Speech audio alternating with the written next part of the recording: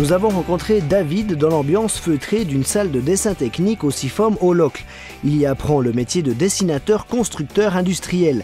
Là, il planche sur un projet, un modèle de perforatrice à CD. C'était la perforatrice de base, donc celle-là, qu'on avait fait déjà l'année passée. Comme ça, puis on devait l'améliorer. Alors moi, j'avais déjà commencé à modéliser, donc celle-là. Donc bon, il me manque encore beaucoup de choses, mais le principal est là.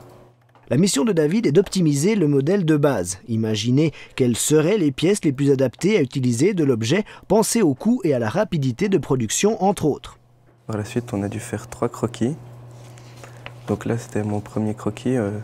Après, j'ai regardé ce que je pouvais améliorer, si c'était trop cher ou pas. J'ai fait le deuxième pour aboutir au troisième. C'est le croquis le plus en phase avec les exigences du projet qu'il a retenu et qu'il doit modéliser en 3D. Il a privilégié l'ergonomie et le coût de production, mais rien n'est définitif.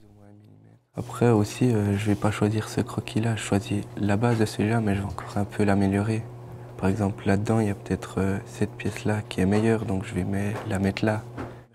Il faut se montrer ingénieux, inventif et toujours en recherche d'amélioration. Les dessinateurs constructeurs industriels se retrouvent donc dans de nombreux secteurs.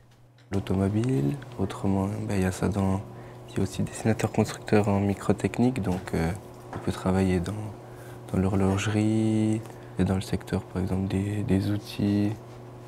Mais il a encore 2 ans avant de choisir son domaine. En attendant, il se forme. On le retrouve en bleu de travail dans l'atelier de mécanique. David, vous allez faire le corps du wagon. Oui. Et vous allez commencer par faire la mise au cube. Pourtant, plus tard dans son métier, il ne fabriquera pas les pièces lui-même. Alors à quoi ça sert? Sinon, on n'arrive pas à faire le concept des pièces. On crée une pièce usinable avec un certain moyen. Par contre, si notre entreprise n'a pas ce moyen d'usinage, on ne pourra pas la faire. Rien de tel que de pratiquer en conditions réelles. Du reste, il s'y frottera tout prochainement. Depuis cette année, donc en deuxième, on est obligé de chercher un stage minimum il y a 6 mois. Par contre, on a aussi le choix, si l'entreprise est d'accord, de se reconvertir en dual.